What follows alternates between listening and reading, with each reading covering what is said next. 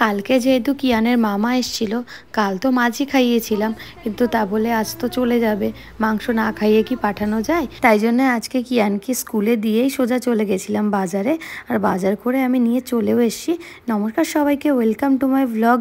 আর আজকে বুধবার, এই যে মাংস তো এনেছি বাজার থেকে, সাথে এনেছি একটু ডিম আর ব্রেড সকালে ব্রেকফাস্টের জন্যে। কিন্তু বাড়িতে আসার পরই মনে পড়লো যে মা বলেছিল টুথপেস্ট আনতে। আসলে একেবারেই টুথপেস্ট নেই, যেটুকু ছিল আমি তো সকালে উঠে ব্রাশ করে ফেলেছি, কিন্তু বাকিরা কি দিয়ে করবে, ওরা তো এখনও ঘুম থেকে ওঠেনি। সেইটা ভেবেই সকালবেলা আবার আমি এবার কিন্তু স্কুটি না, এবার হেঁটে হেঁটেই যাচ্ছি সামনে পাড়ার মোড়ের দোকানে একটু টুথপেস্ট আনতে। আর তো ভাবলাম মাছ যেহেতু মাটন এনেছি, তো সাথে একটুখানি টক দইও আনা যাক, তাহলে মাটনটা টেস্টি বেশি হবে রান্না করলে। বেশিরভাগ দিন আমি মাটন কিন্তু একটু টক দই দিয়েই রান্না করি, তাতে মাটনটা একটু বেশি সফট হয়। আর আজকে আমার কেন জানি না চোখগুলো ভীষণ ফুলে রয়েছে, মনে হয় গত রাতে ঘুম একটু কমই হয়েছিল। এই যে ওই লোকটা ঢুকলো বাইক নিয়ে, ওটা আমাদের এখানে একটা নতুন গার্লস হোস্টেল হয়েছে, আর এটা ছিল বাহাতে ক্ষুদিরাম পাঠাগার। তো চলো আমি নিয়ে নিয়েছি টুথপেস্ট আর টক দই নিয়ে, এই যে সামনের যে মোড়টা, এই মোড়টা থেকে জাস্ট বাহাতে ঢুকে গেলেই, একটু এগোলেই কিন্তু এই যে আমি ওখানে থাকি। আসলে আমি এখানে যখন বাড়িটা ভাড়া নিয়েছিলাম, সেটার প্রধানই কারণ ছিল এই যে কমিউনিকেশন, মানে যাতায়াতের সুবিধা। আমার স্কুল থেকে একেবারেই 5 মিনিটের হাঁটা রাস্তা, এই জন্যে। তো চলো বাড়ি চলে এসেছি, এবারে সোজা চলে যাব রান্নাঘরে। দেখি রান্নাঘরের কি অবস্থা। মা মনে হয় আমার কাজ অনেকটা এগিয়েই রেখেছে, কারণ এরম সময় মা আমার সাথে একটুখানি হেল্প করে দেয়। তো সকালের দিকে দেখো ও যে অনেকটা এগিয়ে রেখেছে, মানে মাংসটা ধুয়ে রেখেছে আর রসুনটা ছাড়িয়ে রেখেছে। এই জন্যে এবার আমি সোজা মাংসটাকে প্রথমে ম্যারিনেট করে নেবো। আর ম্যারিনেট করার জন্য একটা বাটির মধ্যে এই যে একটু জিরে গুঁড়ো, একটু হলুদ গুঁড়ো, লঙ্কা গুঁড়ো, ধনে গুঁড়ো আর একটুখানি গরম মশলা গুঁড়ো আর পরিমাণ মতো নুন। এবার হচ্ছে কিছুটা পরিমাণ টক দই, ওই 50 গ্রাম মতো দিয়েছি, যেহেতু আমি আজকে 750 মতো মাটন করব। তো পুরোটাকে একবার ভালো করে মিশিয়ে নিয়েছি। এবারে মেশানোর মধ্যে দিয়ে দেবো মাংসটা, যেহেতু ধুয়ে জল ঝরিয়ে রাখা ছিল, এই মাংসটা দিয়ে আরেকবার ভালো করে মিশিয়ে নেব। মিশিয়ে নেওয়ার পরে এরপরে এর উপর দিয়ে দেবো অল্প করে হচ্ছে সর্ষের তেল। আর এই ম্যারিনেশনটা যত ভালো হয়, মাংসটা কিন্তু ততটাই সফট হয়। তো মাটনের ক্ষেত্রে ম্যারিনেট করে রাখাটা একটু বেশি জরুরি, কারণ মাটনটা এমনি নিজে সেদ্ধ হতে অনেকটা সময় লাগে।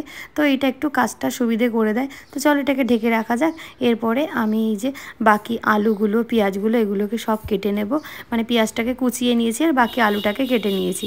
নেওয়ার পরে কড়াইতে তেল গরম করে এবার এর মধ্যে আমি গোটা গরম মশলা ফোড়ন দিয়ে, তার মধ্যে একটুখানি জিরে আর শুকনো লঙ্কা দেওয়ার পরে পেঁয়াজটা ভাজতে দিয়ে দিলাম। আর এই পেঁয়াজটা ভাজার সময় একটুখানি নুন দিয়ে দিলে পেঁয়াজটাও তাড়াতাড়ি নরম হয়ে যায়। আর আলু ভাজার জন্য আমি আলাদা আর কোনো সময় রাখবো না, কারণ আজকে এই যে বুধবার, যেহেতু রবিবার হলে এত ঘটা করে রান্না আসলে হয়। আমি সাধারণত সপ্তাহের মাঝখানে মাটন কখনোই করি না। তো দেখো একটা মিক্সিং জারে একটু আদা কুচি, রসুন কুচি আর লঙ্কা আর একটু গোলমরিচ পেস্ট করে নেব। আর এদিকে আমার পেঁয়াজ ভাজাটাও প্রায় হয়ে গেছে, আলুটাও ভাজা হয়ে গেছে। এবার আলুটা আমি পেঁয়াজের মধ্যে থেকে উঠিয়ে নেব। এবার মিক্সিতে যে মশলাটা আমি পিষে নিয়েছি, সেই মশলাটা কিন্তু পেঁয়াজের মধ্যে দিয়ে দেব। দেওয়ার পরে একটু ভালো করে নেড়ে নেব। নেড়ে নেওয়ার পরে যে ম্যারিনেট করা আমার মাটনটা আছে, এবার ওটাকে দিয়ে দেব। দিয়ে দেওয়ার পরে কি, এবার মাটন রান্নার আসল পদ্ধতি কিন্তু এই আস্তে আস্তে রান্না করতে হবে, একটু একটু নাড়তে হবে, একটু একটু ঢাকা দিতে হবে। তো সেটাই আমি করছিলাম। আর এই রান্নাটা আরও সবথেকে বেশি টেস্টি হয় কাঠের উনুনে রান্না করলে। আমি কিন্তু কাঠের উনুনেও রান্না করেছি, মানে আগে আমাদের কাঠের উনানই ছিল। তো যেহেতু মাই রান্না করতো, কিন্তু আমার মা আসলে মাংস খায় না, তো মাঝে মাঝে মাংসটা আমিই করতাম, সেজন্যই করেছি।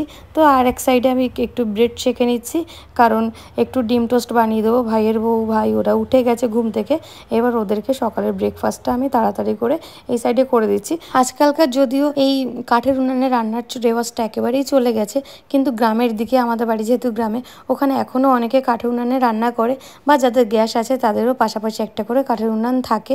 আর যার ফলে বিভিন্ন ট্র্যাডিশনাল রান্না, যেমন এরকম মাটন রান্না বা অন্য যেরকম মাছ পাতায় ভাজা বা পিঠে, এগুলো কিন্তু সবসময় কাঠের উনানেই ভালো হয়।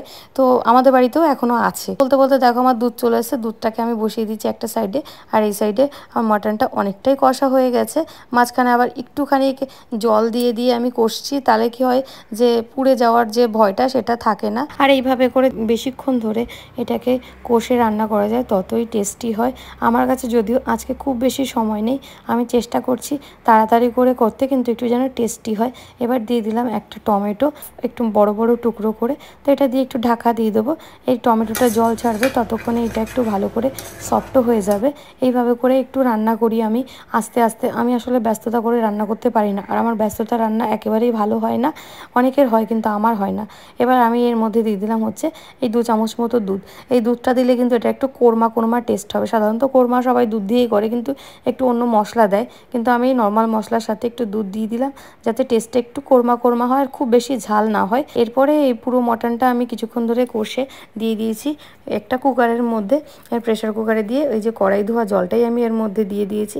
দেওয়ার পরে আলুগুলোও দিয়ে দিয়েছিলাম। এবার কুকারের ঢাকনাটা আটকে এটাতে হুইসেলটা লাগিয়ে 5 থেকে 6টা হুইসেল মতো হতে দেবো। তো ততক্ষণ চলো, এই যে কাপড় জামা ওয়াশিং মেশিনে দেওয়াই ছিল, তো ওটাকে এবার চালিয়ে দিই লিকুইডটা দিয়ে। এবার ঢাকনাটা দিয়ে আমি কোন মোডে চালাবো সেটা একদম সেট করে দিয়ে এটাতে চালাতে দিলাম।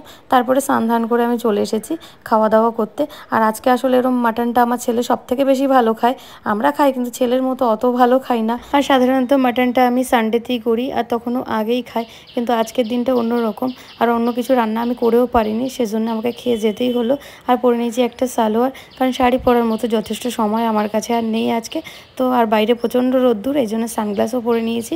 এবার ব্যাগটায় কোনো মতে স্কুটিতে বাঁধিয়ে দৌড়ে পালাতে হবে স্কুলে, এদিকে না হলে দেরি হয়ে যাবে। তো তারপরে স্কুল থেকে যখন বাড়ি ফিরেছি দেখছি আমার ছেলে যে কুকুরের পিঠে চেপে সে এখন ঘুরছে।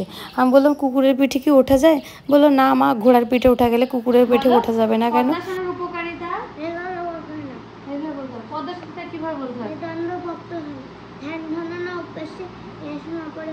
হ্যাঁ, তারপরে ওকে এই যে একটু কলা খাওয়াতে খাওয়াতে যোগ ব্যায়ামের উপকারিতাগুলো একটু একবার করে রিভাইজ করে নিচ্ছিলাম। আসলে এইভাবে করেই ওকে পড়াতে হয়, কারণ এতটাই চঞ্চল, স্থির হয়ে এক জায়গায় বসে পড়তে সাধারণত চায় না। আর এই সমস্ত কিছু ওকে এইভাবে খাওয়াতে খাওয়াতে বা কোনো খেলা করতে করতে একটু একটু মনে করাই, তো বারবার করতে করতে কিন্তু মনে থেকে যায়। সামনেই ওর যোগা পরীক্ষা, সেই জন্যেই এত প্রচেষ্টা আমার। কিন্তু আলটিমেটলি দেখো, এবার খাওয়া দাওয়া করা কমপ্লিট হতে না হতে সাইকেল নিয়ে পালাচ্ছিল। তো তারপরে ওকে একটু কলা খাইয়ে আমারও একটু খিদে পেয়েছিল। সাধারণত আমি স্কুল থেকে আসার পরে চাই খাই, তো মা বললো আজকে বানিয়েছে পায়েস, তো সুতরাং পায়েস ছেড়ে চাই বা কে খায়, তো খেয়ে নিলাম এক বাটি পায়েস। পায়েস খাওয়ার পরে আমরা রেডি হয়ে গেছি, এবার যাব যোগা ক্লাসে। তো এই যে এই ম্যাটটা এবার আমাকেই নিতে হবে। তো যাওয়া যাক চলো যোগা ক্লাসের উদ্দেশ্যে। আমরা এই যে ব্যস্ত করেই বেরিয়েছি, কারণ আমার বেশিরভাগ দিন একটু লেটই হয়ে যায়, যে কোনো কারণে না কারণে একটু লেট হয়ে যায়। তো তারপরে বেরিয়ে পড়েছি যোগা ক্লাসের উদ্দেশ্যে। আর এই কদিন ওর একটু মানে যাওয়াটাই ইম্পর্টেন্ট, যেহেতু সামনে পরীক্ষা আছে, তো ক্লাস একটাও মিস করা যাবে না। আর একটু দেরি দেরি করেই ম্যাম ছুটি দিচ্ছে, কারণ ওর মতো আরও কয়েকজন আছে যাদের একটুও হয় না। তারপরে ওকে যোগা ক্লাস থেকে দিয়ে এসে আরও খানিকক্ষণ পরে, এখন প্রায় 6টা মতো বাজে, বসে পড়েছি 1 কাপ চা নিয়ে। এবারে চা খেতে খেতে একটু বসে রেস্ট নেওয়া, তারপরে আবার কিন্তু 6:30টার পর পর আবার ছেলেকে আনতে যেতে হবে। আর আজকে রাতেরবেলা ভেবেছিলাম রুটির সাথে মাংস খাবো, কিন্তু রুটি বানাতে এসে দেখছি আটা এইটুকুটাই আছে, তো ওটা তো আর কি হবে। তো ভাবলাম আজকে একটু নানই বানিয়ে নেওয়া যাক। তো ময়দার মধ্যে একটু বেকিং সোডা, বেকিং পাউডার, একটু নুন আর কিছুটা টক দই দিয়ে এটাকে একটু ভালো করে মেখে নেব। আর একটু মেখে নেওয়ার পর তারপরে এর মধ্যে দিয়ে দিলাম কিছুটা দুধ। এবার দুধটা দিয়ে আরেকটু মেখে নেব। তারপরে বাকিটা হচ্ছে জল দিয়ে মেখে একটা খুব সুন্দর ডো বানিয়ে নেব, যেমন আমরা লুচির ক্ষেত্রে বানাই ওরকমই ধরনের, কিন্তু একটা সফট ডো হবে। এর উপরে একটুখানি হাতে তেল নিয়ে এর উপর দিয়ে মাখিয়ে রাখলাম, যাতে ওপরটা শক্ত না হয়ে যায়। এভাবে এটাকে কিন্তু মিনিমাম 1 ঘন্টা, আর 2-3 ঘন্টা হলে তো খুবই ভালো, রেস্ট করতে হবে। এবার 2-3 ঘন্টা বা আমি ওই ঘন্টা 2-1 মতো রেখেছিলাম। তারপরে দেখো এইটা বেশ ফুলে গেছে। এবার এইভাবে করে লেচি বানিয়ে নিয়েছি। আর এই আজকে যেহেতু আমি বানাবো হচ্ছে বাটার নান, তো বাটার নানের উপরে সাধারণত কালো জিরে বা একটু ধনে পাতা দেয়, আর গার্লিক নান বানালে হচ্ছে রসুন কুচিও দেয়, তো আমি রসুন কুচি দেইনি। এইভাবে করে ভালো করে রুটিটা একটু মোটা করে বেলে নিয়ে তার উপর কিছুটা কালো জিরে আর ধনে পাতা কুচি ছড়িয়ে আরেকবার বেলে নিতে হবে। এবার এর একটা সাইডে হাতে উঠিয়ে এই যে পিছন সাইডটাতে কিন্তু একটু জল মাখিয়ে নিতে হবে। তারপর এরকম একটা লোহার তাওয়াতে দিতে হবে। দেওয়ার পরে ওপর সাইডটা যখন এরকম ফুলে ফুলে উঠবে একটু বেশ, তো এটাকে এভাবে সাঁড়াশি দিয়ে ধরে এই যে গ্যাসের উপর এভাবে দিলে কোনো তন্দুর লাগবে না, কিচ্ছু লাগবে না। এইভাবে যে নানটা হবে এতটাই টেস্টি আর এতটাই সফট হয়, আর ওপর থেকে একটু বাটার ব্রাশ করে দিলে তো কোনো কথাই নেই। তো একদম রেস্টুরেন্ট স্টাইল নান কিন্তু বাড়িতেই রেডি হয়ে যাবে। এই যে আমি বানিয়েছিলাম যে কটা, তো আমার একটু কমই পড়ে গেছিলো আর বেশ খেতে টেস্টি হয়েছিল।